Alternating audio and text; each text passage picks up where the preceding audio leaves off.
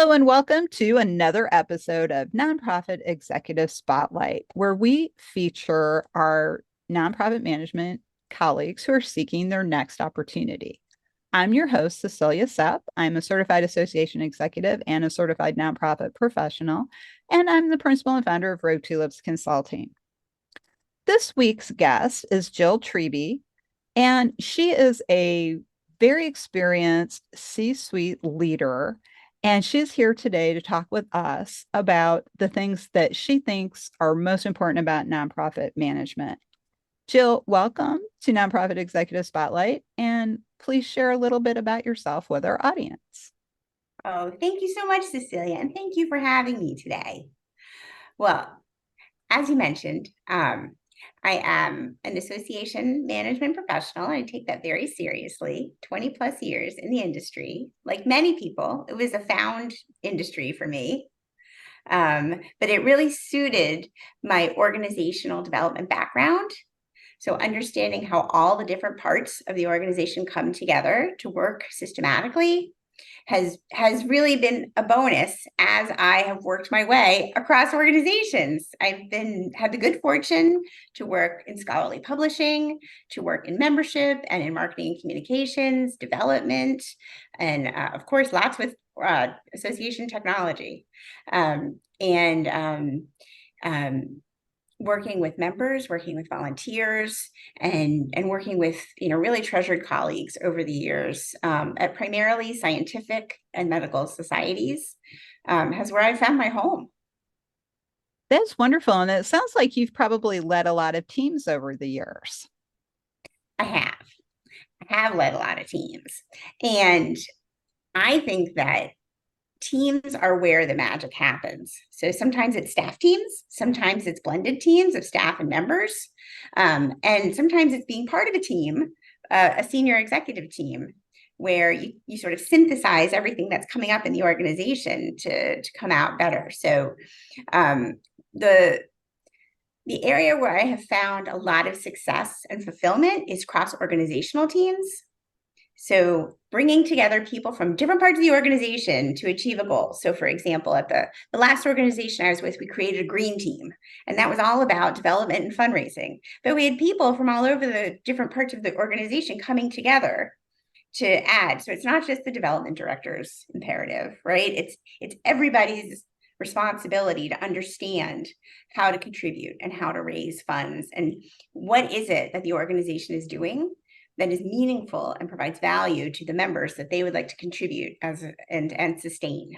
So, go ahead. Sorry, I didn't mean to interrupt you, but it just made me think of a question. It sounds like your commitment to cross-functional teams and activities and really educating everybody about all the work of the organization brings into play a lot of what we do as certified association executives and all the areas of study. So how has your CAE influenced your thinking when it comes to moving things forward at an organization? Well, thanks for asking me that, because I will tell you, much like being an association management professional was a found career, the CAE was a found learning opportunity for me. It wasn't something that I was pursuing as a part of my path. It sort of was presented to me, and I didn't know a whole lot about it when I entered into it.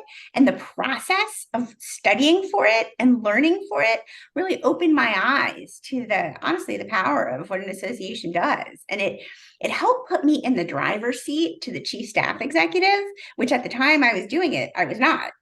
And it really opened my eyes to the difference between the way an executive leader functions and the role that the executive leader has in the organization versus the leaders of the different program departments. And so I would say that was the most fundamental aspect of it, was understanding what roles and important thought processes go into each level of the organization. And I think it really elevated my game, quite honestly. And it gave me the opportunity to learn about things that I wasn't involved in directly at the time. I love that you said the CAE elevated your game, because that's really what we should all try to take away from it. I know I did. I got my CAE in 2015, and I'd already been in the profession for many, many years at that point. And what it Mhm, did is help me organize everything I already knew. So that's another great thing that you can take away from the CAE study process. And so that mhm. obviously worked a lot of good for you because you're very successful leader in nonprofits. So when it comes to managing teams, which you get really excited about, I can tell your energy level goes up immediately when you talk about how can I connect people and make something happen. So what Mhm. are some of your other approaches to organizing a team? Well, I always like to think, the I took a leadership course a very long time ago, Mhm. and it talked about the qualities of an extraordinary leader and of being excellent at your job, right? And it is competence, it is passion, and it is an organizational need. And I apply that model to teams. So what are the skill sets we need to make this successful? Who are the people with the vision and the passion to take this to the next level? And then what is the organizational need that we are trying to fulfill? So it's really easy to have strong competencies and a lot of passion for something, but then you go back and look at your strategic plan and say, how is this moving us forward? How does this advance what we all agreed we wanted to achieve? So I use that lens to construct teams and then to keep everyone focused.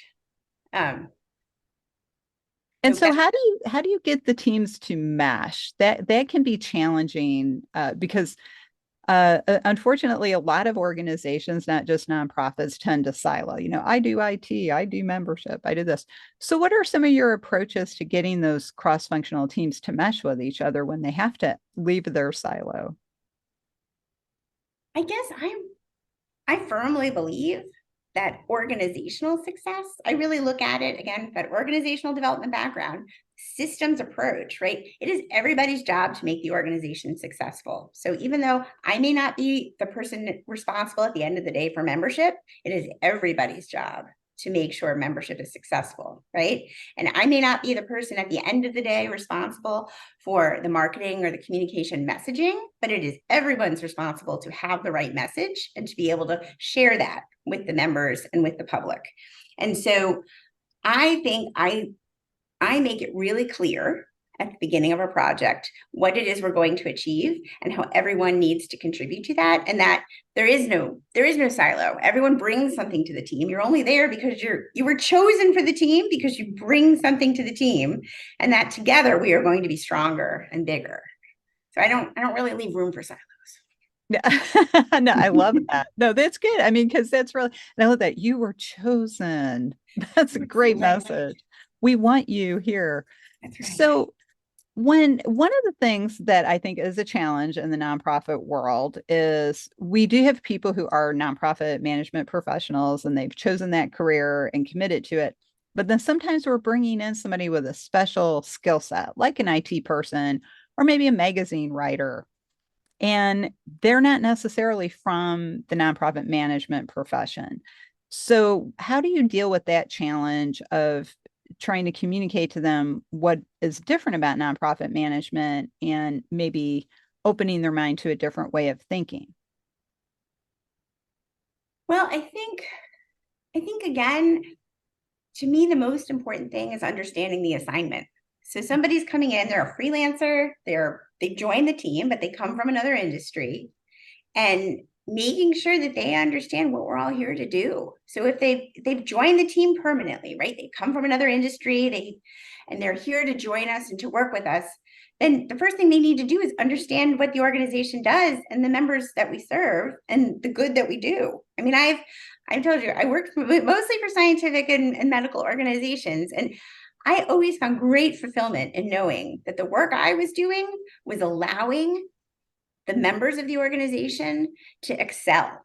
And when they were excelling, they were solving climate change, they were creating new drugs, they were treating pain, they were creating new chemical compounds. They were doing the things that I necessarily couldn't do, but without the work of that I was doing and my team and the organization, they wouldn't be able to achieve what they were doing. They wouldn't be able to publish their results, right? They wouldn't be able to move forward and present it to a larger group. We help share and influence policy. that makes huge changes, especially, for example, when I was working with the International Association for the Study of Pain. I mean, that was on an international level, talking about pain standards and changes that affect people globally. So that's the part that really excites me and gets me out of bed. And I try to impart that at all times. So that is the foundation from which we begin. Your energy and enthusiasm is infectious in a good way. Thank you. I know you worked at scientific and medical associations.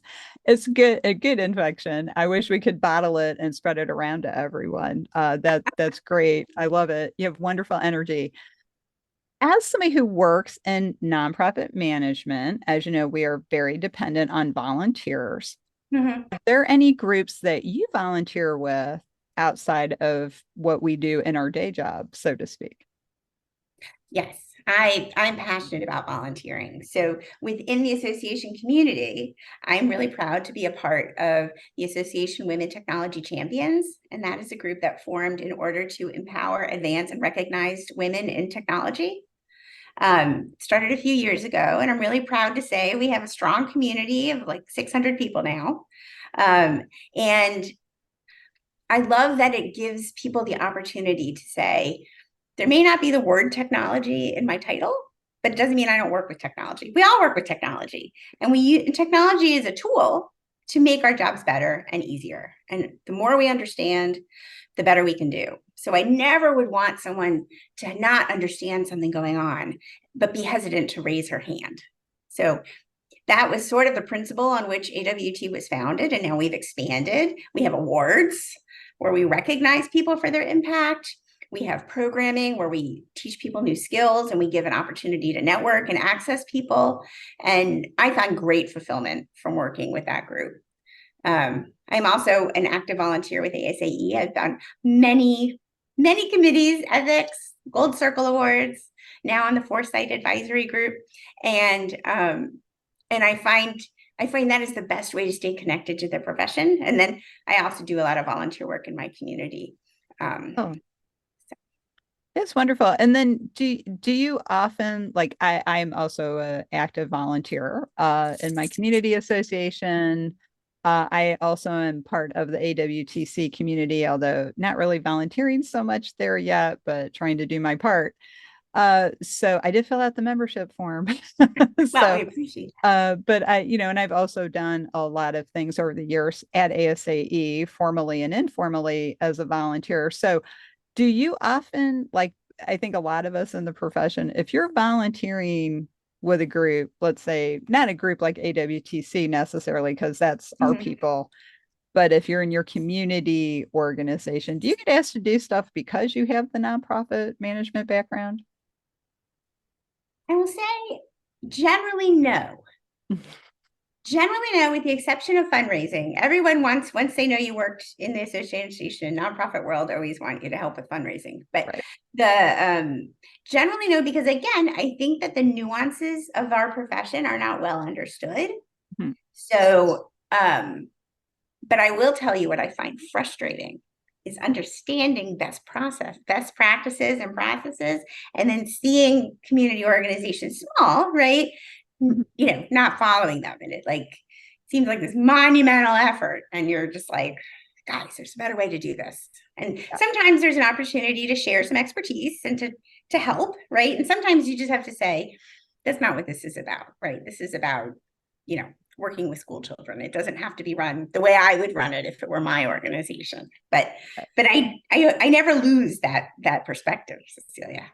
Yeah. And and good. I'm glad to hear that. And I have to say I need to run more in your circles because every time I try to join another group, they're like, "Oh, you have a nonprofit background. Will you do this?"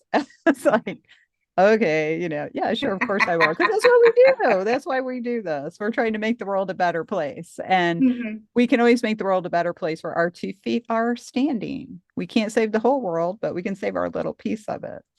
So, so Jill, this has been a really wonderful conversation. I've really enjoyed it. Like I said, you have a really infectious energy and enthusiasm and just joy for what we do. And I just love hearing that from my colleagues. So that's wonderful. So let's talk a little bit before we wrap up about what kind of an organization would you like to share your expertise with next? A trade association, a professional society? What would you be looking for, and what kind of position might you be interested in?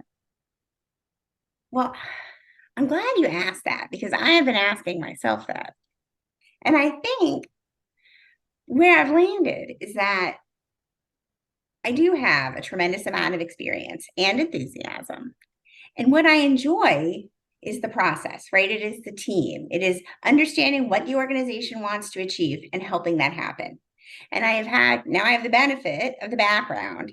And I think I can apply that to many different types of associations. So I'm very open. I mean, again, scientific associations have long been my home, but I'm very open to trade organizations or healthcare or lots of different, there's so many groups out there. So I don't want to I don't want to be too prescriptive because I think there's a lot of opportunity and excitement and learning that can be done, but I feel certain that the skills and experience I have will take me where I need to go. That's an excellent answer, because you and I were having another conversation about nonprofits and Mm-hmm. different kinds of nonprofits. And as we were saying, there's so many different kinds out there. They all could benefit from what you would bring to the table, as we like to say, and your team leadership attitude. I love that. A lot of people talk about teams, but not a lot of people understand it. And that really came across, Yeah. I think, in your comments. Well, and I'll tell you the other thing that perhaps I'm just immune at this point, but I'm also not afraid of change. I mean, change is the only constant, right? That's right. So all organizations change, they reinvent themselves. And so whether it is a new technology that you bring in or a new dues model or a new revenue model or you know, a new type of format for education delivery, right? That is never going to stop. And I think where leadership and team building come in is helping the teams manage change. Oh, right. And so that is that is the part that really excites me. You know, it's having the team and getting them to do the good work, but it's also leading them on a journey. That is an excellent definition of change management. I love that.